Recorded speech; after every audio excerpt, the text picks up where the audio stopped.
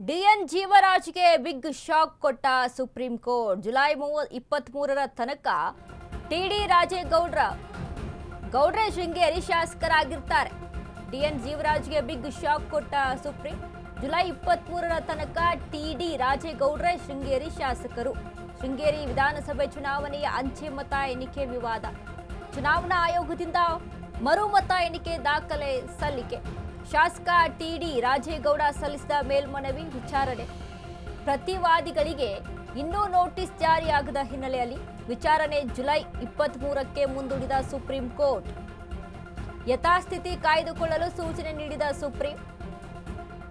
ಮಧ್ಯಂತರ ಆದೇಶ ಜುಲೈ 23ರವರೆಗೆ ವಿಸ್ತರಿಸಿದ ಸುಪ್ರೀಂ ಕೋರ್ಟ್.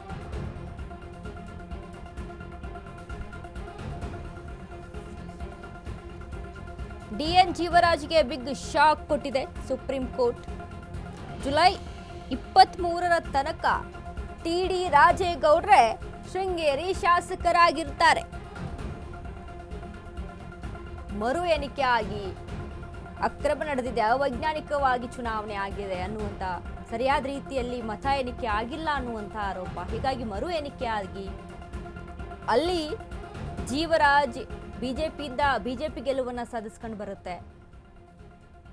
ಬಟ್ ಇದೀಗ ಸುಪ್ರೀಂ ಏನ್ ಹೇಳ್ತಾ ಇದೆ, ಪ್ರತಿವಾದಿಗಳಿಗೆ ಇನ್ನೂ ನೋಟಿಸ್ ಜಾರಿಯಾಗದ ಹಿನ್ನೆಲೆಯಲ್ಲಿ ವಿಚಾರಣೆಯನ್ನ ಜುಲೈ 23ಕ್ಕೆ ಮುಂದೂಡಿಕೆಯನ್ನ ಮಾಡಲಾಗಿದೆ. ಸೊ ಹಾಗಾಗಿ ಯಥಾಸ್ಥಿತಿಯನ್ನ ಕಾಯ್ದುಕೊಳ್ಳಬೇಕು.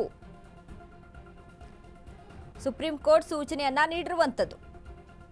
ಶೃಂಗೇರಿ ವಿಚಾರಕ್ಕೆ ಸಂಬಂಧಪಟ್ಟಂತೆ ಶೃಂಗೇರಿ ವಿಧಾನಸಭಾ ಎಲೆಕ್ಷನ್ ಅಲ್ಲಿ ಅಕ್ರಮ ಆಗಿದೆ, ಇದಕ್ಕೆ ಅವೈಜ್ಞಾನಿಕವಾಗಿ ಅಲ್ಲಿ ಚುನಾವಣೆ ಆಗಿದೆ, ಇದರಿಂದ ಅಲ್ಲಿ ಮೋಸ ಆಗಿದೆ ಅನ್ನುವಂಥ ಒಂದಿಷ್ಟು ಆರೋಪಗಳನ್ನು ಹಾಕೊಂಡು ಬಿಜೆಪಿ ಮರು ಎಣಿಕೆಗೆ ಕೋರ್ಟ್ಗೆ ಅರ್ಜಿಯನ್ನು ಸಲ್ಲಿಸುತ್ತೆ. ಅರ್ಜಿಯನ್ನು ಸಲ್ಲಿಸಿದ ನಂತರ ಕೋರ್ಟ್ ಕೂಡ ಅನುಮತಿಯನ್ನು ಕೊಡುತ್ತೆ. ಅದಾದಮೇಲೆ ಮತ್ತೆ ಮರು ಎಣಿಕೆ ಆಗುತ್ತೆ. ಎಣಿಕೆಯ ಬಳಿಕ ಬಿಜೆಪಿ ಗೆಲುವನ್ನು ಸಾಧಿಸ್ಕೊಳ್ಳುತ್ತೆ.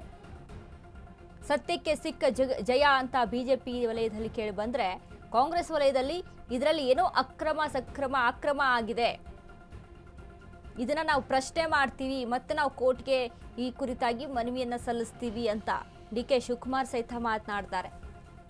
ಇನ್ನು ಮತ್ತೊಂದಿಷ್ಟು ಆರೋಪಗಳು ಕೇಳಿ ಬರ್ತವೆ. ಜೀವರಾಜ್ಗೆ ಡಾಕ್ಯುಮೆಂಟ್ಸ್ಗಳನ್ನ ಹೇಗೆ ತಿದ್ದಬೇಕು ಅನ್ನೋದು ಗೊತ್ತಿರುತ್ತೆ ಅನ್ನುವಂಥ ಒಂದಿಷ್ಟು ಆರೋಪಗಳು ಕೇಳಿ ಬರ್ತವೆ. ಅದಾದ ಸುಪ್ರೀಂ ಕೋರ್ಟ್ ಹೇಳ್ತಾ ಇರುವಂಥದ್ದು, ಪ್ರತಿವಾದಿಗಳಿಗೆ ಇನ್ನೂ ನೋಟಿಸ್ ಜಾರಿಯಾಗಿಲ್ಲ. ಶಾಸಕ ಟಿಡಿ ರಾಜೇಗೌಡ ಸಲ್ಲಿಸಿದ ಮೇಲ್ಮನವಿ ವಿಚಾರಣೆಗೆ. ಹಾಗಾಗಿ ವಿಚಾರಣೆಯನ್ನ ಜುಲೈ 23ಕ್ಕೆ ಮುಂದೂಡಿಕೆ ಮಾಡಲಾಗಿದೆ. ಯಥಾಸ್ಥಿತಿಯನ್ನ ಕಾಯ್ದುಕೊಳ್ಬೇಕು. ಯಥಾಸ್ಥಿತಿ ಅಂದರೆ ಶಾಸಕ ಸ್ಥಾನ ವಿಚಾರಕ್ಕೆ ಸಂಬಂಧಪಟ್ಟಂತೂ ಕೂಡ ಅಲ್ಲಿ ಬರುತ್ತೆ. ಬಿಜೆಪಿ ಈಗ ಅಧಿಕಾರಕ್ಕೆ ಬಂದ್ಬಿಡುತ್ತಾ ಅಂತ ಅಂದರೆ ನೋ ಚಾನ್ಸ್. ಅಲ್ಲಿ ಯಥಾಸ್ಥಿತಿಯನ್ನ ಕಾಯ್ದುಕೊಳ್ಬೇಕಾಗುತ್ತೆ. ಕಾಂಗ್ರೆಸ್ ಏನು ಮುನ್ನೆಲೆಗೆ ಹೋಗ್ತಾ ಇತ್ತಲ್ವಾ, ಕಾಂಗ್ರೆಸ್ ನಡೆಸ್ಕೊಂಡು ಹೋಗ್ಬೇಕಾಗುತ್ತೆ. ಸೊ ಹೀಗಾಗಿ ಸುಪ್ರೀಂ ಕೋರ್ಟ್ ಹೇಳಿದ್ರಿಂದ ಶೃಂಗೇರಿಯ ಕ್ಷೇತ್ರದಲ್ಲಿ ಇದೀಗ ಯಥಾವತ್ತಾಗಿ ನಡೀತಾ ಇರುವಂಥದ್ದು ಜುಲೈ 23ಕ್ಕೆ ಮುಂದೂಡಿಕೆಯನ್ನ ಮಾಡಲಾಗಿದೆ.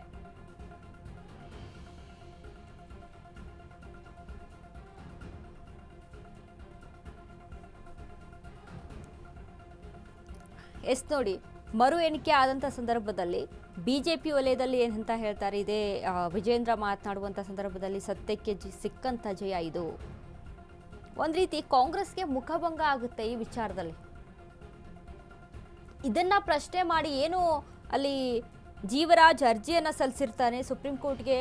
ಅದಾದಮೇಲೆ ರಾಜೇಗೌಡರಿಗೆ ಸುಪ್ರೀಂ ಕೋರ್ಟ್ ಒಂದು ಮಾಹಿತಿಯನ್ನು ಕೊಟ್ಟಿರುತ್ತೆ, ನಿಮ್ಗೆ ಏನೇ ಇದ್ರು ಆಕ್ಷೇಪಣೆ ಇದ್ರು ನೀವು ಆಕ್ಷೇಪಣೆ ಸಲ್ಲಿಸಬಹುದು ಅಂತ. ಬಟ್ ಅಲ್ಲಿ ರಾಜೇಗೌಡ ಯಾವುದೇ ರೀತಿಯಂತ ಆಕ್ಷೇಪಣೆ ಸಲ್ಲಿಸಿರೋದಿಲ್ಲ.